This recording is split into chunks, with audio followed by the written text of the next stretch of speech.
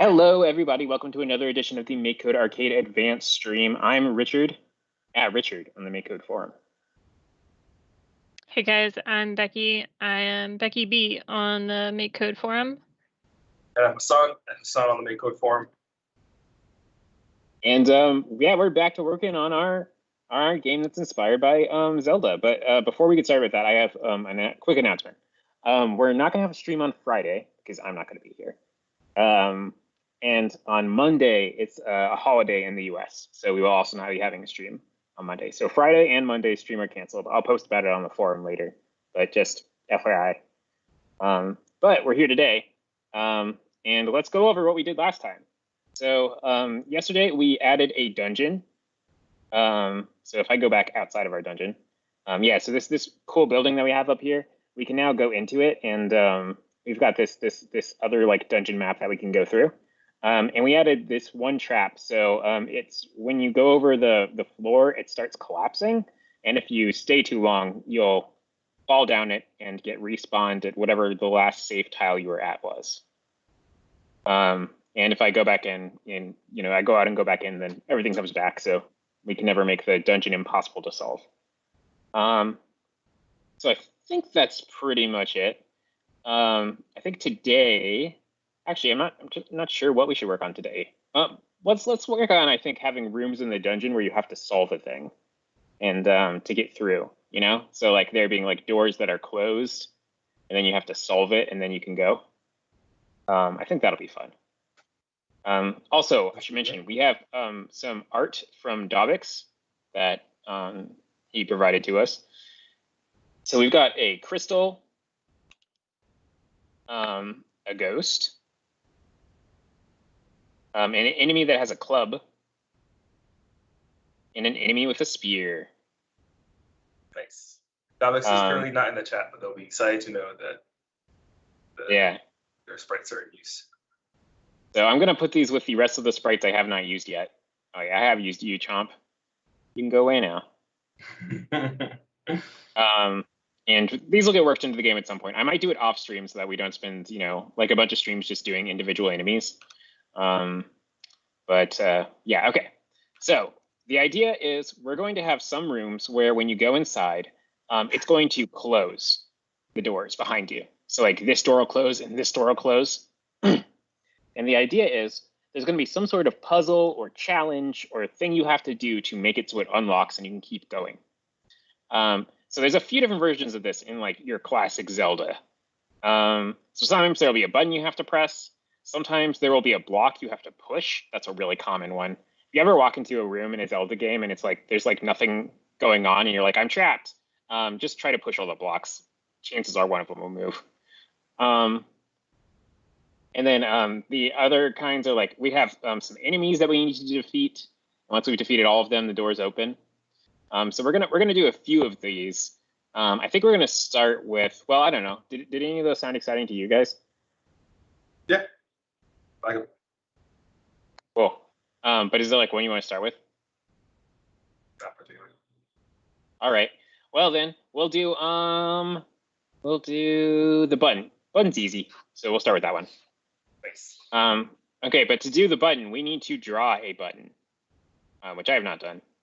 So let's go. We're going to go to the Assets tab. We're going to create a new asset. This is going to be a tile, and we're going to draw a button tile.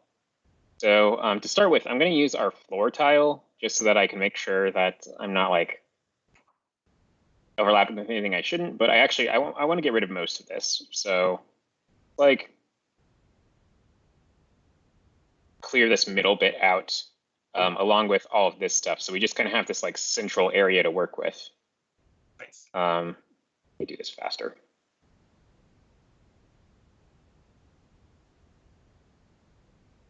Okay, and we're going to want two versions of this button. We're going to want the version that is unpressed and the version that is pressed.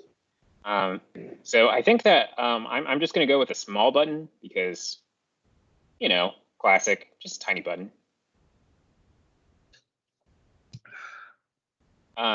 So we'll do this for like the shape of our button, but right now it does not look very pressable. Is this for the tile?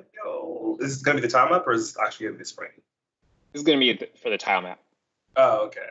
But it'll also be the sprite in the game. Oh, okay. Shouldn't we use are we still doing the tricolor palette? Yeah. Okay. Wasn't the black like a darker gray, or am I just imagining? Oh, yeah. So I changed the colors in the code and not in pxt.json.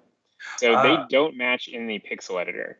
Oh, okay. Never mind then. Oh, yeah. That's why everything's kind of like that orange shift once we. Okay, that makes sense. Yeah, exactly.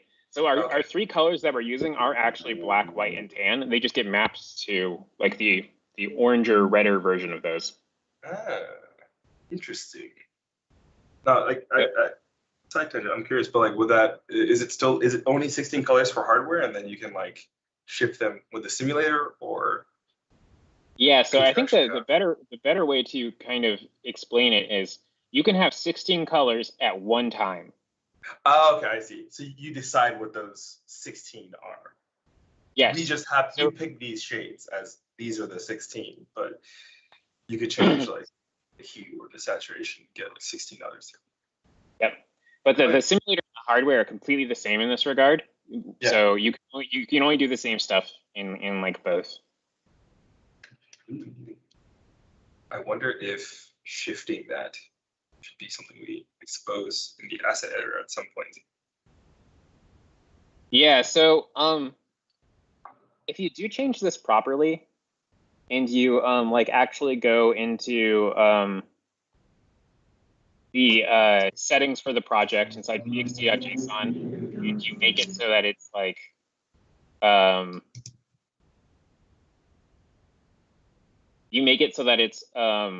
like actually in the pxt.json, the new palette, then the sprite editor will automatically update.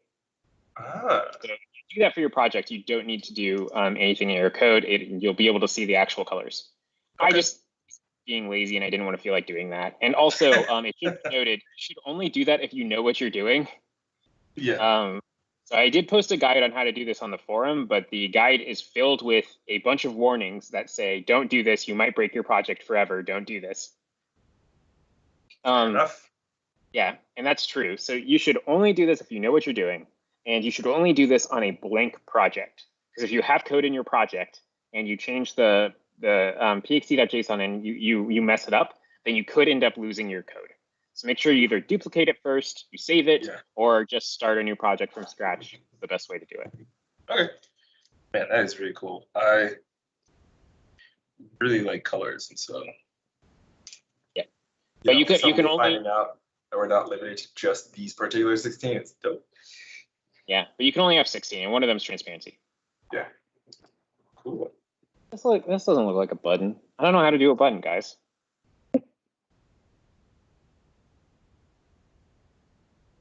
Just gonna undo back like to our like a rectangular prism. I feel like it should be a circle. Oh, you want it to be a circle? Yeah. Let me try using the actual circle tool and see if I can.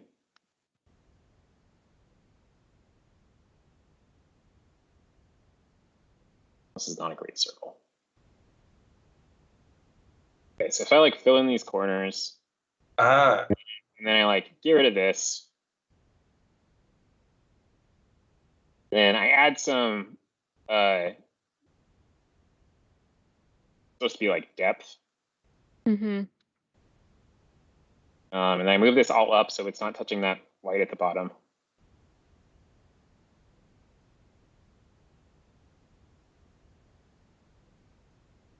And maybe I make this right up top. And maybe I make like a little shift the whole thing down in order to. Yeah. And so the idea is going to be that when you push it down, it's going to be like the white down here at the bottom will be gone or something. Okay. Or just like you can even shift down one. So this is more of like an isometric view. Yeah. So, you know, when I was making this tile set originally, which was a while ago, I copied the Zelda style of perspective, which is, it's not just Zelda, it's used in a lot of old 2D RPGs. Yeah. But the way it works basically is you have a few different things going on. You have, when you're like in the overworld, you have this fake perspective that is just like flat things. Mhm. And you can see it even better on this house. Yeah. All right. So you look at this house and you can just see the roof, and Yeah. there's no sides to it or anything. It's just like, you know, this little 2D perspective. But when you're indoors, you have everything coming in towards the center, like you're looking in a room, and you've got this weird kind of perspective going on. Okay. You see that? Yeah. It makes no sense, right? But it looks nice. Yeah. In the actual like game. So, yeah, I just copied that kind of like standard. Fair enough. All right. So we've got our button now. We'll see how it looks in the game. Hopefully it looks a little better than it does right here. And let's go and make a tile map for this. So to do this tile map, I'm going to start by copying our dungeon room, just our base one, so that I don't have to redo all of these walls. Paste this in here. We want it to be 10 by 8, which is roughly the size of our screen. It's slightly different. And now let's go grab that tile I just made, and we'll put it like, I don't know, over here. Sure. Okay, so now we want to make it so that when you push this button, it becomes pressed. And when you push this button, some door is going to open. So to do that, we're going to make a tile, which is going to be a button door. So I'm just going to do this. I'm going to go into, I'll do it with black so it's slightly easier to read than that exit is. And we're going to write, but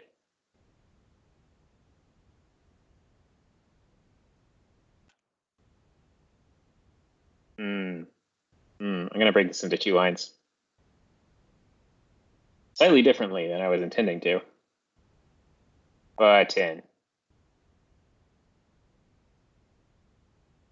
Button. And the idea is we're not going to show this to the user, obviously, but we'll put this as like a marker in our game for where we want the door to be placed if the button is not pressed yet. So we'll put it up here for now, and we're going to, I think we'll just go ahead and like seal up these walls. Oh, whoops, did that wrong.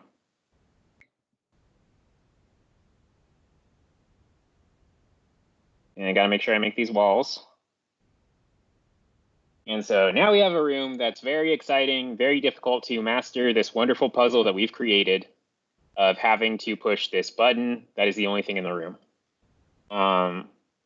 So let's go ahead and code this up.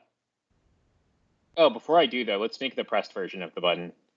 So I'm going to, go to this tile. I'm going to duplicate it, edit it. And let's try what Hassan said. It might be a little too subtle is what I'm worried about. I'm just gonna move it down 1. Maybe down 2. Like Do you that. mean you're worried the animation will be too subtle? Just like you won't be able to tell if it's pressed or not, you know? I think you can tell though. We'll have to see in the game. We can add like a clicking sound too. Yeah, that's good. Should definitely do that. Yeah. If there's no white at the bottom, the difference between the two would be very obvious. Yeah, but I'm worried then it won't look as good. I don't know. Fair enough. Let's try it with this, and then we'll maybe get rid of the white at the bottom if it's not working for us. Loading the blocks. Okay. So we're gonna go over to our dungeon map. We're gonna actually use this tile map that we just made. So let's go into onStart. We are defining our, whoa. Why is this, why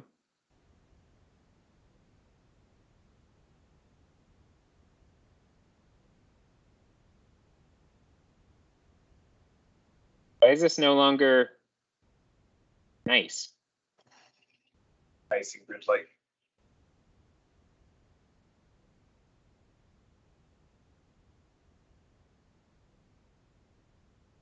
Huh. Okay, well, all right, we're just gonna have to look at these weird maps until I figure out what it is later, but this will be fun. We didn't change anything. I have no idea why this would have happened, but oh well. Okay, so if we're you gonna collapse, does that change anything? It will stay here. Yeah, I can try to collapse it again. So collapse, uncollapse. It's still angry. Do a minus. There we go, and then a plus. Okay, I can do it that way. It's gonna be a pain, but otherwise we are not gonna be able to tell what's going on in my map. So I'm gonna go ahead and fix this. This is a bug I will file and fix later.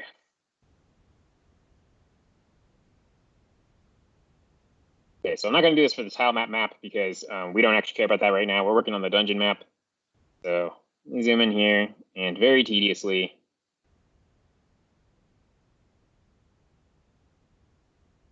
press minus and then plus a bunch of times.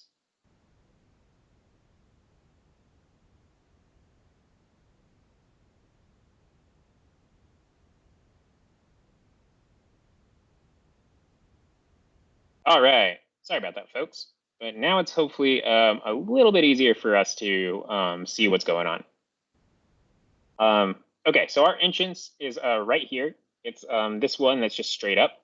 Then we go up into this room, and so I'm going to put our new one right here. So let's go into my assets, and we'll grab, this is our button room. And go ahead, click done.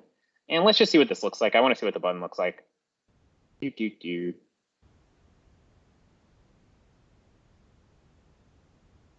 know what? It actually looks pretty good. What I'm noticing is that everything looks better when it's in the palette of the game. I feel like. Yeah. These colors just go together better. They look good. Okay. So we need to block this door when we are like before this button gets pressed. So to do that, we're going to go into our on tile map loaded.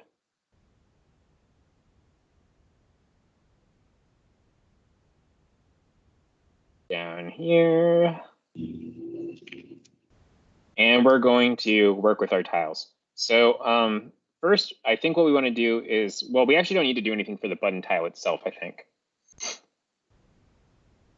But we do want to do something for each of our locations that is a button. And the way we're going to do that is we'll do a for of, I think. Yeah, this will be the easiest way to do it. We'll do a for of. We're going to go and select our button. And for each of these, we're going to set wall to be true.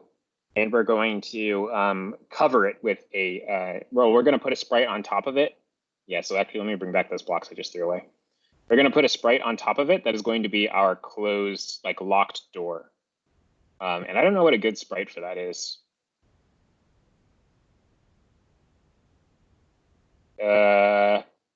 You know what? I think in my, let me go into here, and I think there was something in my overworld tile set.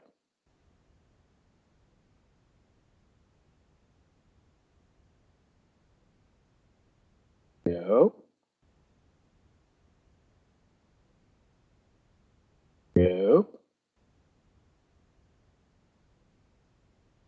There it is. There we go. That doesn't look like you can go through it, right?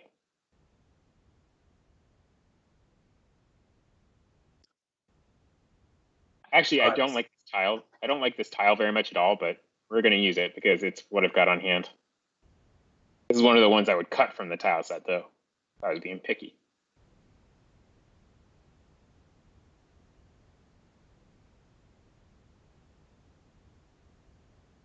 Where is it?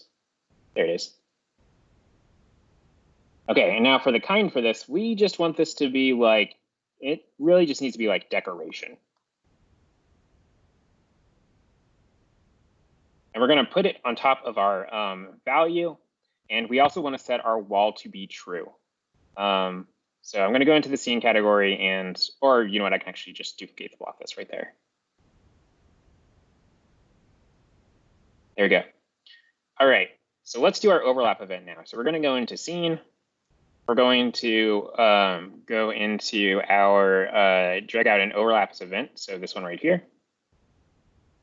And we're going to do when player overlaps with our button tile. Done. So when that happens, we're going to unlock all of our like button locations. So let's go ahead and do another loop over these. Oh, wanted the whole thing.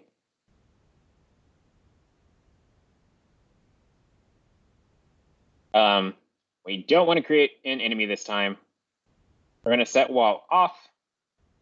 And then we're going to go into tile maps and drag out a destroy all sprites of kind. Somewhere in here. There it is. We're going to set this to be our decoration tile. And then finally, we want to set it to be our pressed button. So we're going to go in and do a set tile at location. Do I want to do a set tile at location? Yeah, I do.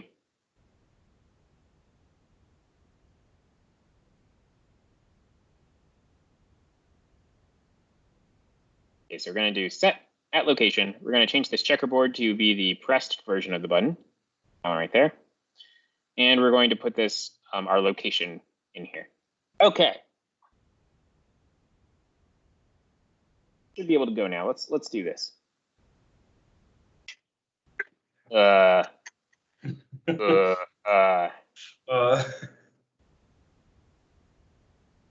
Wait, what the heck happened there? So oh, I know what happened. I know what happened. I know what happened. I was messing around with my dungeon thing to show off how this looked like it was closing. And I just left it in there. So it showed up in every room. Yeah. The ones we hadn't, like the ones where they're just kind of blank, the duplicate. Yep. So now we go up. All right, it's locked. Nice. I can't go through here. I'm gonna hit the Nice. button. Yeah, it looked like it looked like it got pressed.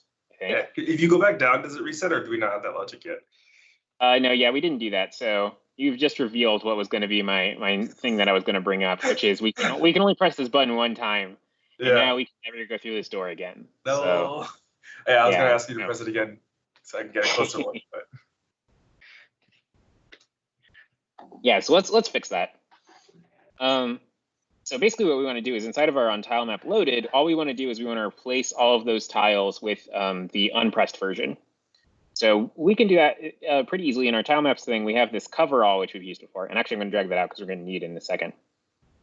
But we also have this replace all. And so we just want to replace all of our pressed buttons with our unpressed buttons. And we want to cover all of our button tiles with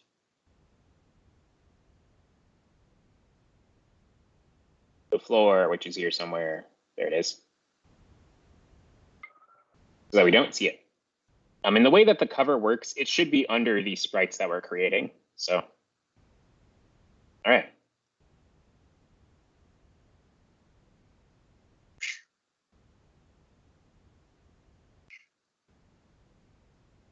Uh-oh. Nice. Actually, that's fine. Yeah, I think you can definitely tell it's being pressed. Yeah, I like it. Were you talking about how quickly the wall disappears, or? I was okay. Whoa. All right. Oh, we're not destroying. We got to destroy our decorations at the end just in case we somehow make it back in. You know. Oh, okay. No, we do have a problem. So what's happened here is I can no longer go down. And the reason why is because if we go back to like reset our game so that it's not broken anymore, and we push this button, and we go up, and I'm going to very gingerly go down. Okay, and I've triggered the bug again. I don't know if you saw that. Did you What go happened down, was, pop back up? yeah, I went down, I popped back up, and so I didn't push the button, so the walls are still there, and so I can't go down anymore because there's a wall there. Okay. Yeah. So we need to make sure that if we go into a room and we are on this tile, so we're on that tile that we shouldn't be on, we get bumped outwards. Mhm. So let's think about what's the easiest way to do that. No tile.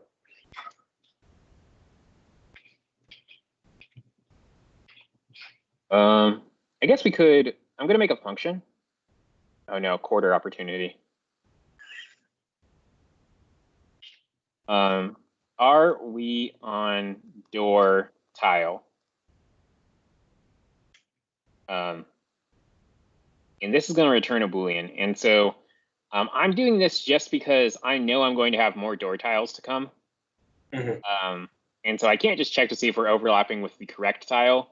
I need to check if we're overlapping with this tile, and then I'm also going to have it in a function so that later when we add like a key door and things like that, we can just add it to this function and not have to recreate this logic every time.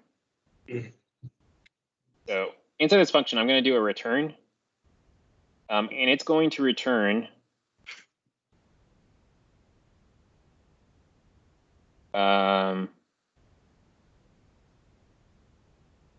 tile to center of hero is button.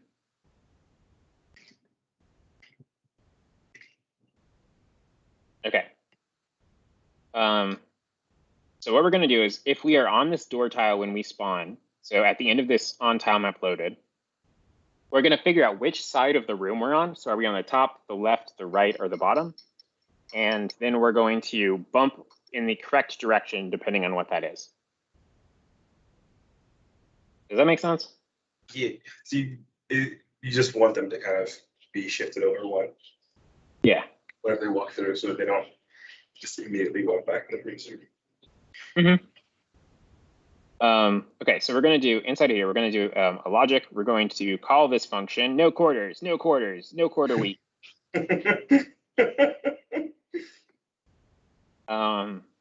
Becky, do you know about quarters? I know there's some kind of ongoing thing, maybe with Joey. Yeah, you should explain it. Yeah, so we have a fun little thing where we used to do this stream a lot, and we would write functions and then forget to call them. Then we would go back to our game and be like, why isn't this working? And then we would be like, after a while, we'd figure out that we weren't calling the function. So as a way to fix this behavior, we decided to come up with something that's kind of like a swear jar, where if you do this, you have to put a quarter in the jar. Okay. And eventually we're going to use all of those quarters and we're going to need a puppy for the team. Oh, okay. That's a fabulous idea. I can't think of any way that would go wrong. Yeah. So last I checked, I think we estimated that we would need like about $1,000 or so for the first year of raising a puppy together. Yeah. So we're almost at 1% of that. Our quarters. Wow. Yeah. Wow.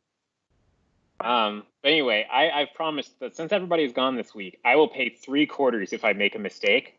Okay. But I'm not gonna make a mistake. So I'm gonna do perfectly. Good. So when I was a math teacher, we had a similar system where anytime I made a math mistake and my students caught it, we'd keep track. And when I got to 50 mistakes, we'd have a brownie party. Oh, nice. Yep. Except for my calculus class, they had a curve. I made a lot of mistakes in calculus. That's fair. Yeah. Chat believes the goal was 2,000. What about $2,000? It might be $2,000. I'm not sure. I think their chat's probably right. Anyway, the dog is probably going to be named Tapioca because Vivian is slowly winning us all over. Okay. I like Tapioca. Are Yeah. there other contenders for the name? So we used to use a name in our streams a lot. It was Bartholomew. Whenever we had to name a character, we would say Bartholomew. And so my pitch was Bartholomew. Yep. But I think even I'm getting one over to Tapioca. And then I think, great. yeah, Shannon wanted to do Gilgamesh. If I'm remembering correctly. I'm just like picturing. Gilgamesh. Yeah, you gotta test it out in like a dog park, right? Like you're yelling it across the dog park. Tapioca, that I feel like that works really well. That gets you a lot of like street cred too. Like I feel like that's gonna turn heads. People like, oh, you named your dog Tapioca. That's so cool. So we do not agree with the trend of giving dogs very human names, like Brian. Okay. Come here, Brian. Brian turns. Wait a minute. Oh, No, that's true though. I don't like doing that. I'm down with it if they have like a title, like professor or like duchess or something like that, something ridiculous. Okay. But I feel like then it follows that it's a silly thing, like Professor Jonathan Mittens, or like something like that. Side note, chat has also decided that Joey shall receive a quarter for every quarter that is received since the quarter bot is down. It is technically a quadruple quarter. So, in fairness, Joey gave me all of the tools to set up the bot this week and run it on my account.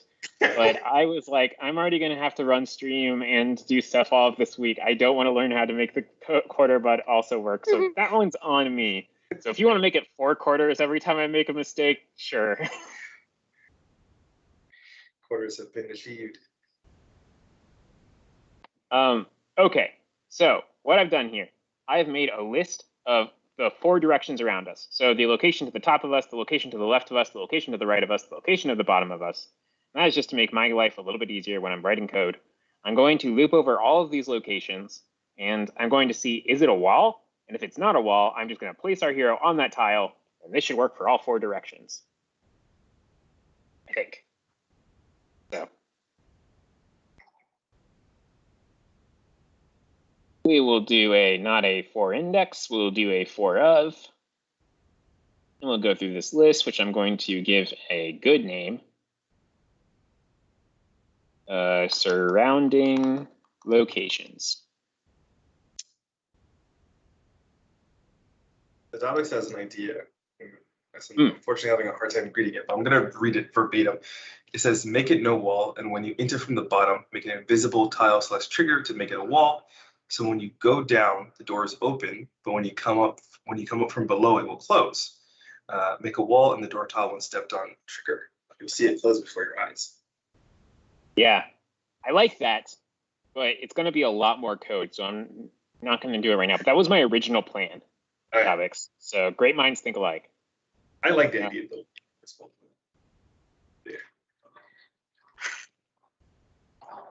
Okay, so we're going to check if it is a wall at this location. Actually, that's in the tile maps. So we're going to say tile at blank is wall. We're just going to pass in this value. And if, we want to do not is wall. All right, and if that's the case, then we're going to place our hero on that tile. Let me go ahead and just copy this. I'm going to change this to be hero.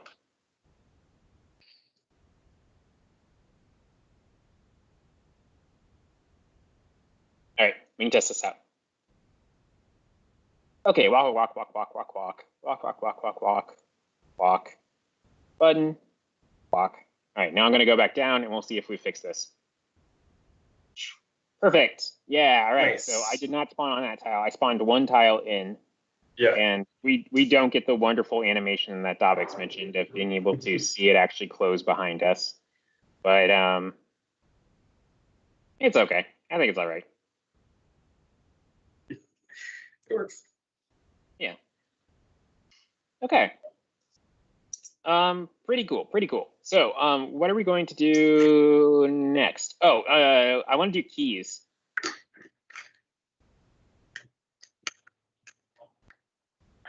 What? Keys. Keys? Yeah. Okay. Like a key. Like you get a key, and then you can use it to unlock a door. That makes more. I thought you were talking about peas. Oh. And I'm like, I don't I see was how those wondering would if be. you thought I was talking about keys, which is an enemy in Zelda games. But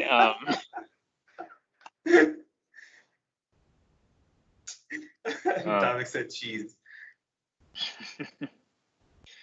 Okay, so let's go ahead. We're gonna make a key, and we're also gonna make a tile that will be like the locked thing. I'm just gonna make it like that block that we had, but maybe with like a keyhole in the middle. Hopefully, I can draw that. All right. So to start with, I'm going to start with that wall tile we were using. Where are you at, block? I have such a hard time spotting stuff in this. Okay. So we need a room to actually put our keyhole. So what I'm going to do is I'm actually going to like blank out this middle portion.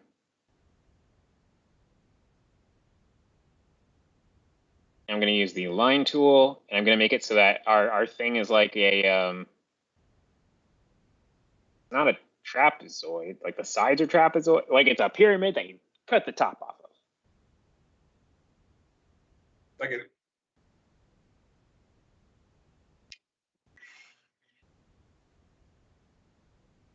Is that just an in-progress pyramid, though?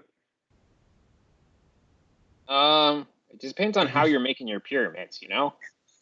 Like, would you build your pyramid and then cut the top off, or would you just stop when you got to where you want to cut the top off?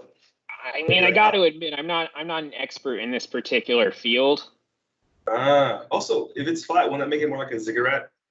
Ziggurat. Ziggurats are stepped, though, aren't they? Okay. Yeah.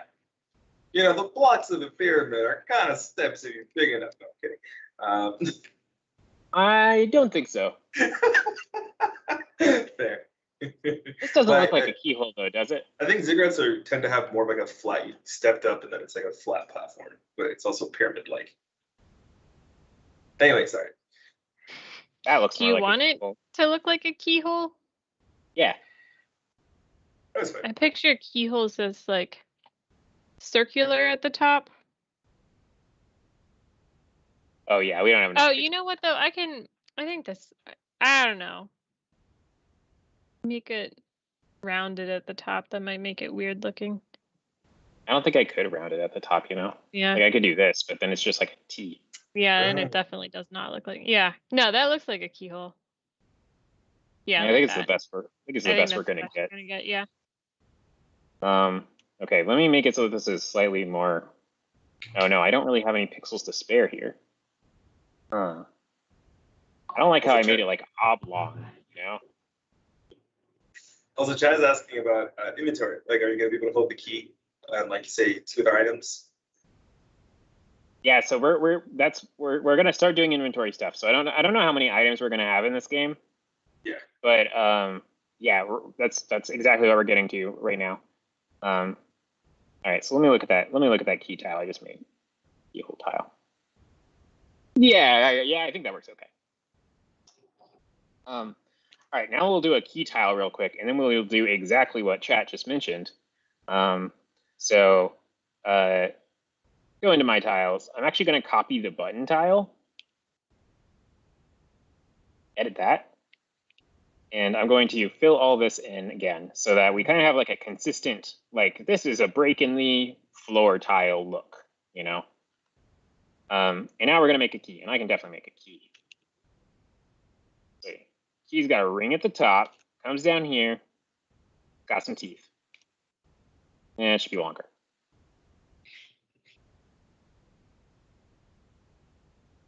Key?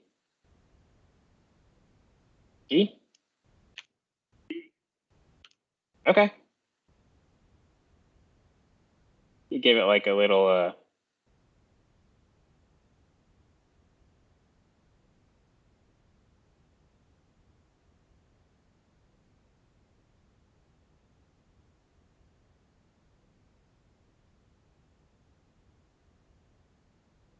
I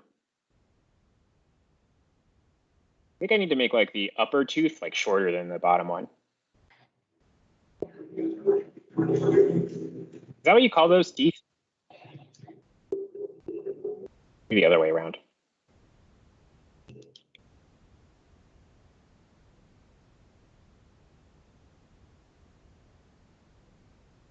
What do keys look like? And I wish that my building had an old-time key, you know? I feel like that would be pretty neat.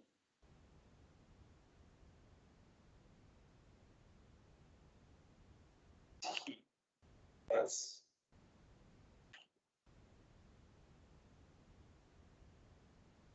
All right, we're just gonna go like this for now. So let's go ahead and put this key somewhere. So we're going to make another new dungeon map. So let's go into our base room. So just our template room that we're using for all of our different rooms that we're making. This one right here. Gonna copy it. And we're gonna make two rooms. The first one is going to be a room that has a key in it.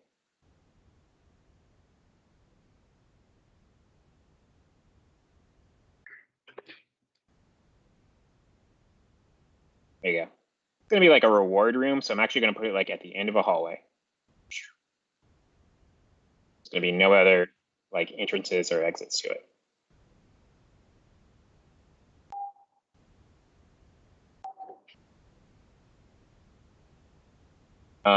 Okay, so there we go. Key room. Let's go ahead. We're gonna do one more now. And this one's going to have a door that is locked.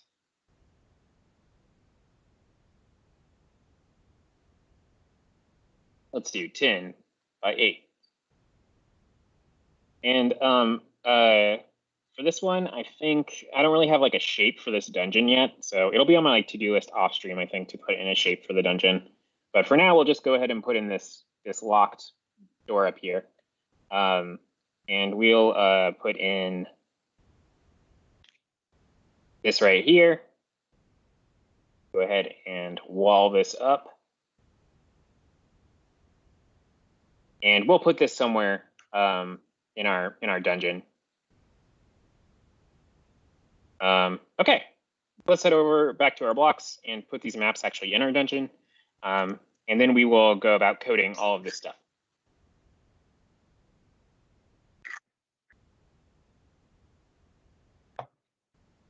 All right. Up. Okay, so we've got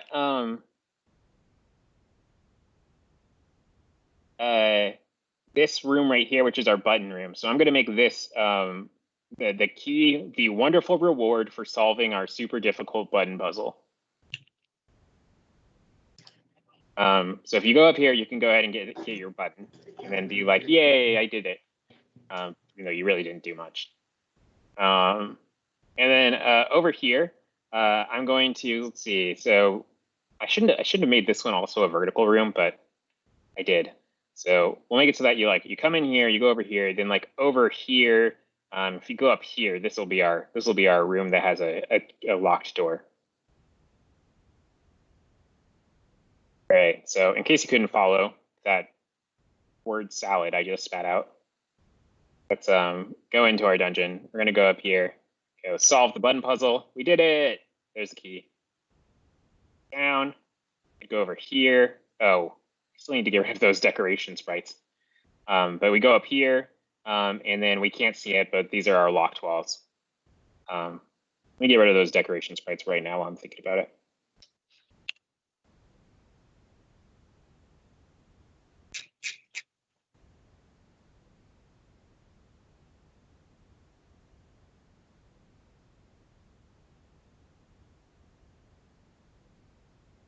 Hooray. Okay. So our key thing is going to be super simple. We're going to make it so that when we overlap with a key, our key gets added to our inventory, and we're going to put it up here in the top right of the screen. There's going to be a key, there's going to be an X, and then there's going to be the number of keys that we currently have. It's going to be like key X1. That's my plan for the UI.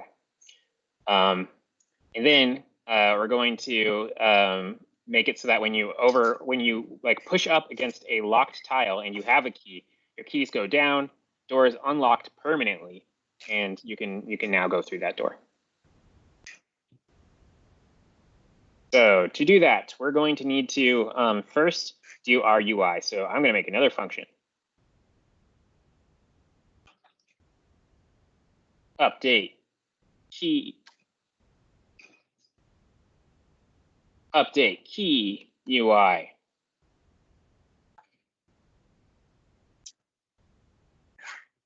And we're going to make a variable, which is going to be number of keys.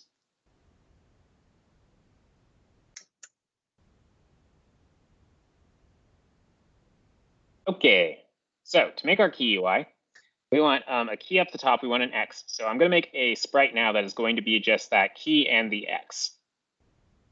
So let's see if I can redraw my very complicated key from memory.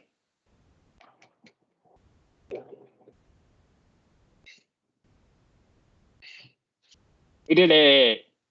Okay, so here's our key. We're going to do an X. And then our number is gonna like be over here. So to make sure that this is actually visible, I'm gonna go ahead and outline this.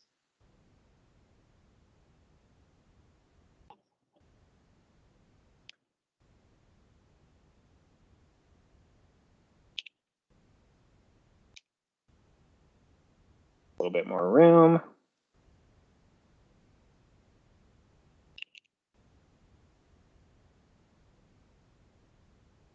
I should maybe make this like one longer so that you can read it a little bit better.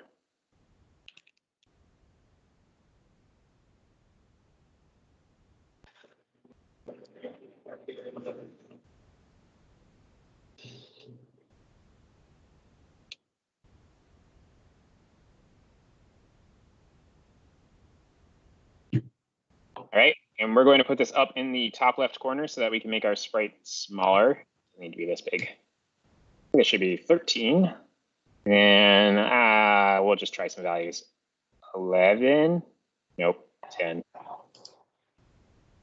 I love it when I do that and I get it first try. It never happens, but it's really nice. Also, I didn't say this a couple minutes ago, but key X1 sounds like the model number for like a car or something techie. It does. Yeah, I don't like these long ones, so we're gonna do the short one, and hopefully you can tell what it is. Yeah, I think so. All right. So we've got our key X. So let's go ahead and make this a new variable. It's going to be our key label. Kind of a label. It's just not using text. And we want to put this key label up here in the top left of our screen. So let's go ahead and do a set position. I'm going to set this to be our key label. And for the position, we're going to eyeball it. Now we'll do it properly.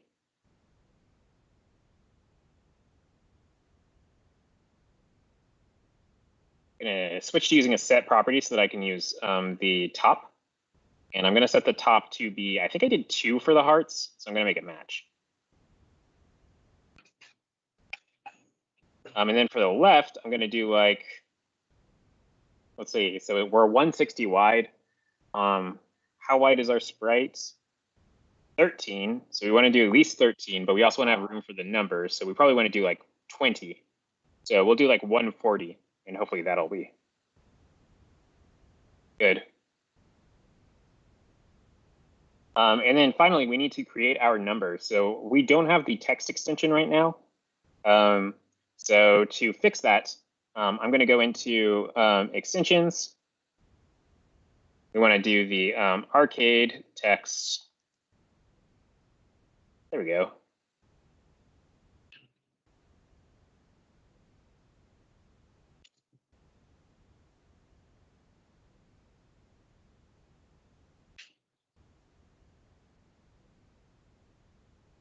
All right. And now we can just create a text sprite.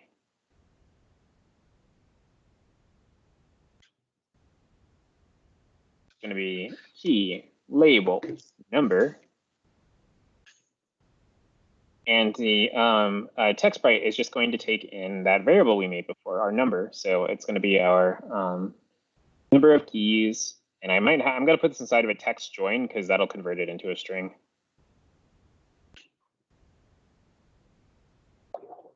But I'm not actually going to join it with anything. Okay, now we just need to put this in the right place. So we're going to set its top to be 2. We're going to set its left to be 140 plus 13, so 153. Yeah, we'll just see how this looks. Let's go ahead and call this function. So we're going to do an overlaps event again. Where are you, overlaps? I'm going to put this next to my other overlaps I just did. There it is.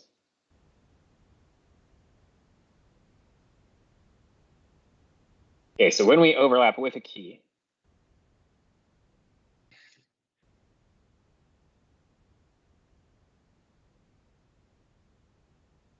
we want to set at location.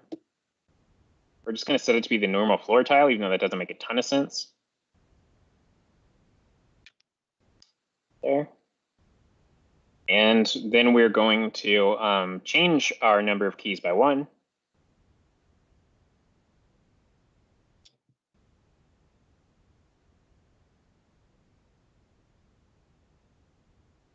And we're going to call our function, ha ha ha ha ha ha ha ha, no quarters.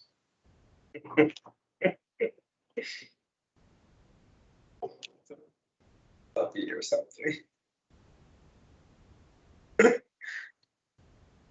Right, through here, get my key, and okay, so that didn't work perfectly. Oh. Okay, so I messed up. I messed up some math.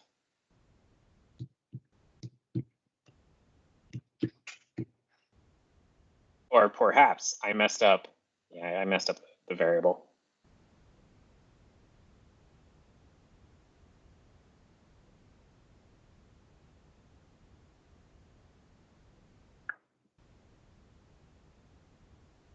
Do. All right, run on up there. Button puzzle, T, and you cannot read that. Oh no, yeah, that is hard to see. Yeah. Okay. Well, luckily there's a nifty function in the text sprite extension, which will give us an outline. So let's go back to our update key UI.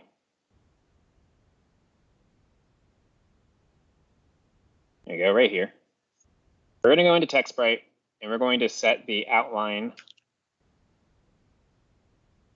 of our key label number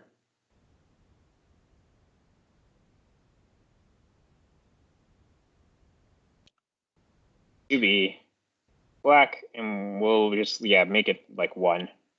And then the other thing we want to do that I forgot to do the first time around is we want to make sure that if these variables already exist, so if we have a key label, we need to destroy key label and key label number because we're just about to recreate them. So every time we call this function, we'll make sure that there's only one of those sprites. And we're not just like creating a bunch and not doing anything with them.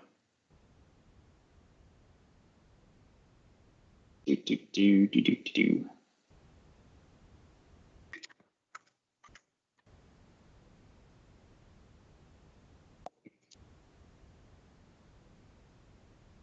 Oh no.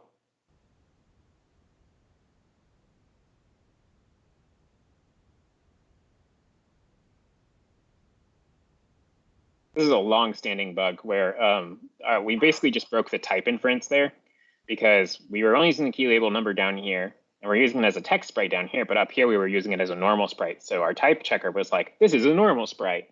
And so when we tried to use text sprite stuff on it, they were like, this is just a normal sprite. This isn't a text sprite. But if I just go ahead and put a text sprite thing up here, then it'll be like, oh yeah, that's a text sprite. That's cool. And so I can fool it that way. This is a bug in Arcade. It's not like it shouldn't be that way, but yeah, I think there's already an issue for that one. Okay, key times 1. Yeah, not the most readable thing in the world, but you can see it. Yeah, I agree. All right. Finally, now we are going to do our last step, which is to unlock this key door. And the way we're going to do that is we're going to do an on-hit wall event. So on sprite of kind, player hits wall at location. And this location argument is really important because it's going to let us test to see if that tile location is one of our locked doors. So we can do this. Tile at location is. I'm going to set this to be our locked door. And then do an if. And then we also need to do if that and we have enough keys. So we need to make sure we have at least one key.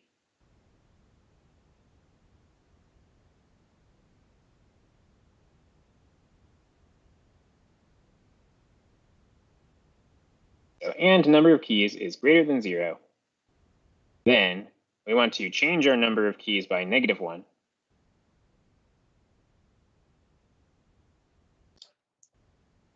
Call our function update key UI. And then get rid of our wall permanently. So we're going to set wall off at the location. And we're going to, set the tile at the location.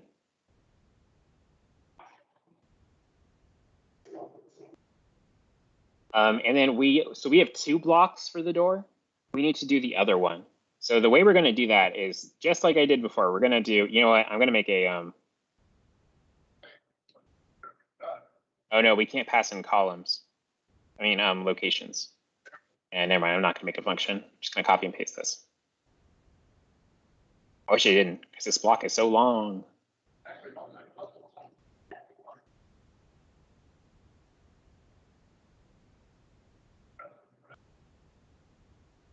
All right, so basically what we're going to do is we're going to loop over all of the locations around, not our hero. We're going to do our locations around location.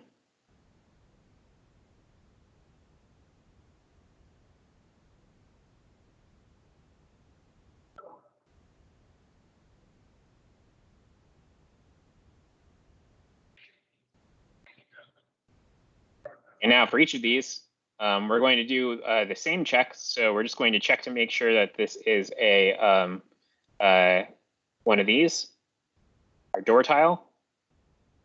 And if it is,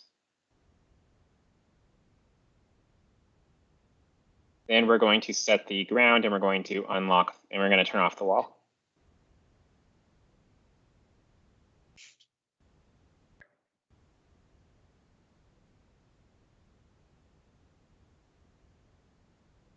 All right, let's try this out. We're right at time, but I think we did it. Oh, dumped. How do we solve this one again? This is just what every puzzle master fears. They're going to create a puzzle that they themselves can't solve. Oh, there we go. Okay, we got a key. Head over here, head up here. Hey. Unlocked, locked permanently, unlocked permanently. Says 0 now, and nice. Nice. We've used our key. All right, so thank you for tuning in. Once again, I'm Richard at Richard on the MakeCode forums. I'm Becky at Becky B at the MakeCode forums. I'm Hassan at Hassan on the MakeCode forum. And tune in tomorrow. I'm probably going to make our dungeon a lot more complicated, and then maybe I'll do another trap off stream. And tomorrow we're going to finish up our dungeon, and then I guess we'll be pretty much done with this game. I think we've done most of it. So tune in tomorrow, and then tune in next week because people are going to be back. It won't just be us three. So I really thank you, Becky and Hassan for showing up. Joey definitely does, and then I think Vivian comes back Wednesday or something.